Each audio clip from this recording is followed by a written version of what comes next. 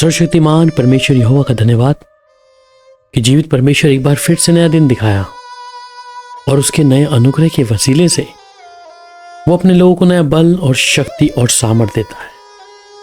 आज भी वो खुदा का कलाम जो हमें नया बल और शक्ति ताकत देता है। आइए आज के प्रतिदिन के आत्मिक मन्ना पर मनन करें। भजन संहिता 56 अध्याय और उसकी 3 आयत यहाँ इस प्रकार कहता है कि जिस समय मुझे डर लगेगा मैं तुझ पर भरोसा रखूंगा। भजनकार इस बात को बहुत भली भांति जानता है कि जब मैं यहोवा के पास या उस पर भरोसा रखता हूं, वो मुझे नया बल और शक्ति और ताकत देता है।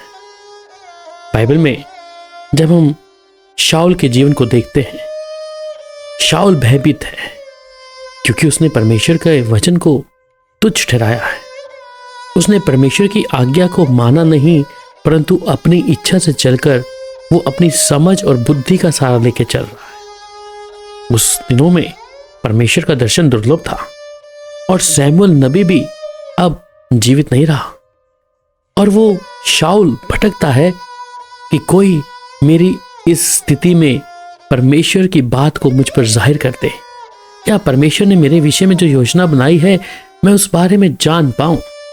ये वही शाऊल जिसने अपनी बुद्धि का सहारा लेकर वो काम किया जो परमेश्वर को पसंद नहीं था।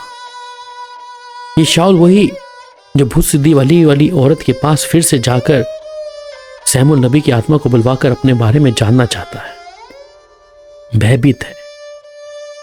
मेरे अजीजों, जब एक व्यक्ति डरता है तो इसका मतलब कि वो परमेश्वर की उपस्थिति से दूर हो चुका है। परमेश्वर उससे बातचीत करना बंद कर दिया है। परमेश्वर के स्वर्गदूतों की उपस्थिति से वो वंचित हो गया है। क्योंकि जीवन में ऐसा डर कब आता है? परमेश्वर से अलग होकर, परमेश्वर के कलाम को ना मानकर, अपनी समझ और बुद्धि का सहारा लेकर जब कोई मनुष्य ऐसा काम करता है तो अवश्य है कि उसके जीवन में भय बना रहता है। सर्वशक्तिमान परमेश्वर का कलाम कहता है कि मेरा भरोसा परमेश्वर पर है। तुम क्यों कर मेरे प्राण से कह सकते हो कि पक्षी के समान अपने पहाड़ पर उड़ जा। जब हमारा विश्वास और हमारा भरोसा परमेश्वर के ऊपर है तो हमारे अंदर भय क्यों आ रहा है? आज बहुत से लोग हैं भयभीत हैं अंधकार की शक्तियों के द्वारा, बीमारियों के द्वारा, जो परिस्थितियों से घिरे हुए हैं उनके द्वारा। कहीं अचानक कोई विपत्ति हम पर आ तो ना पड़ेगी, या हमने जो किया है क्या उस तमाम चीजों का फल हमें इस समय, जो दुष्टता के काम हमारे हाथों से, कहीं परमेश्वर इस समय हम पर अपने जोर और हाथ को तो नहीं बढ़ाएगा।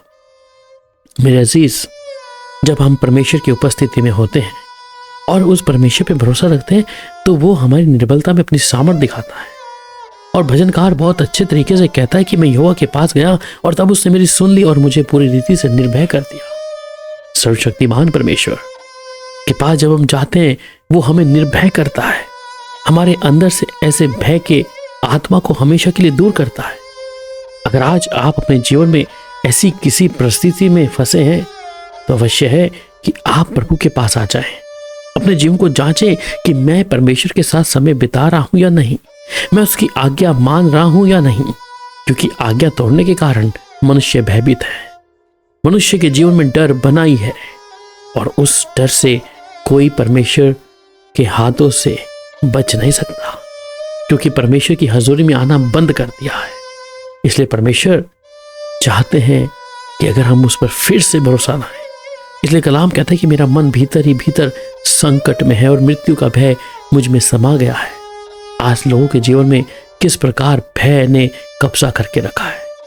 और मेरे प्यारे भाई और प्यारी बहन, तेरे मन में अगर ये विकलता है या तू व्याकुल है अपने मन में, ये व्याकुलता तेरे जीवन से आज ही परमेश्वर समाप्त कर देगा जब तू परमेश्वर पर भरोसा रखेगा और कहेगा कि मेरा परमेश्वर पर भरोसा है।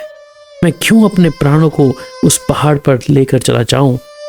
परंतु जब आज परमेश्वर के ऊपर, जब आपने उस पर अपने मन को रखा है तो वो परमेश्वर आपको अत्यंत ज्यादा बल और शक्ति ताकत देगा।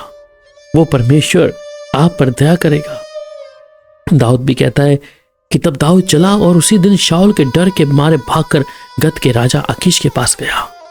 भयभीत है, परमेश्वर की उपस्थिति को जानता है दाऊद, फिर भी दाऊद डर गया। एक अच्छा खासा व्यक्ति भी अपने जीवन में कई बार भयभीत होता है, परंतु इस बात को ध्यान दें कि परमेश्वर ही हमारा सृजनहार है। वही हमें बचा सकता है इस भय की आत्मा से, उस डर की आत्मा से। अगर आज आप चाहते हैं कि अगर आप किसी डर में जी रहे हैं, मौत का डर है, बीमारियों का डर है, अचानक आने वाली विपत्तियों का डर है, तो जांचें अपने जीवन को, परमेश्वर के पास आ जाएं। अवश्य है परमेश्वर आज आपको उस डर की आत्मा से निर्भय कर देगा और प्रभु की आत्मा आपको बलवंत और सामर्थी बनाएगी। इसलिए खुदा की आज्ञा में, उसके वचन में चलें, जिससे प्रभु का अनुग्रह आप पर बहुत आयत से होता रहे। आइए प्रार्थना करें। प्यारे पिता, आज सुबह के समय प्रभु हम आपकी महान उपस्थिति में आते हैं। इस समय भय का आत्मा जो तेरे लोगों को प्रभु तंग कर रहा है, तेरी आज्ञा का उल्लंघन किया है, तेरे वचन से दूर गए, प्रभु इनके मन को आज फिर से तैयार करें। ये निर्भर हो जाए आपके ऊपर और आप इन्हें निर्भय करें उस डर से, उस गुनाह से प्रभु, जो इन्होंने तेरे विरुद्ध किया है।